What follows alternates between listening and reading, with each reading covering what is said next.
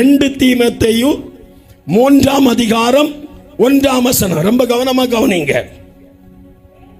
மேலும் கடைசி நாட்களில் கொடிய காலங்கள் வரும் என்று அறிவாயாக. போதும், இது கடைசி காலம், கொடிய காலம்.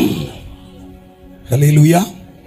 அம்மா அப்பா யாருன்னு அறியாம நடக்கிற காலம், சொந்த சகோதரியை தெரியாத காலம், சொந்த தாயை அறியாத காலம், இது கடைசி காலம்.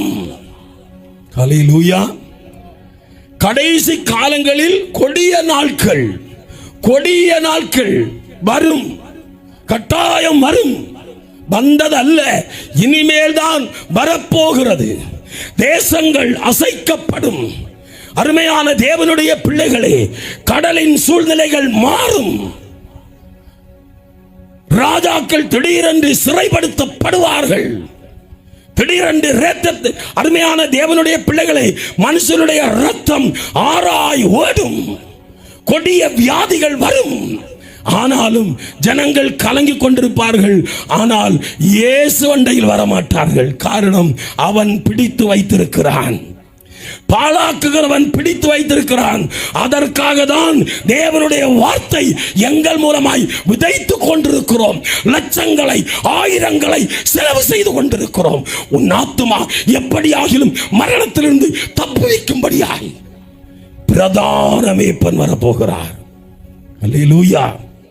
எழும்பு, உன் பிள்ளைகளை அனுப்பு. எழும்பு கர்த்தருக்காய். இன்றைக்கு ஒப்புக்கொடு முழு நேரமாய். உன் குடும்பம் பட்டு போனதா? தலைக்கும். அல்லேலூயா. உன் குடும்பம் ஆசீர்வதிக்கப்படும். உன் தரித்திரம் மாறும். உன் பிரச்சனை மாறும். வந்து பார், தண்ணீரை ரசமாய் மாற்றினவர். அல்லேலூயா. அல்லேலூயா. பெரும்பாலை மாற்றினவர். அல்லேலூயா. கல்லறை தோட்டத்தில் இருந்தவனுக்கு வாழ்வு கொடுத்தவர் வருகிறார், வரப்போகிறார், சீக்கிரமாய் வருவார். ஒருபோதும் அவர் வராமல் இருப்பது இல்லை. அவருடைய பிள்ளைகளை சேர்ப்பதற்காய் வருவார்.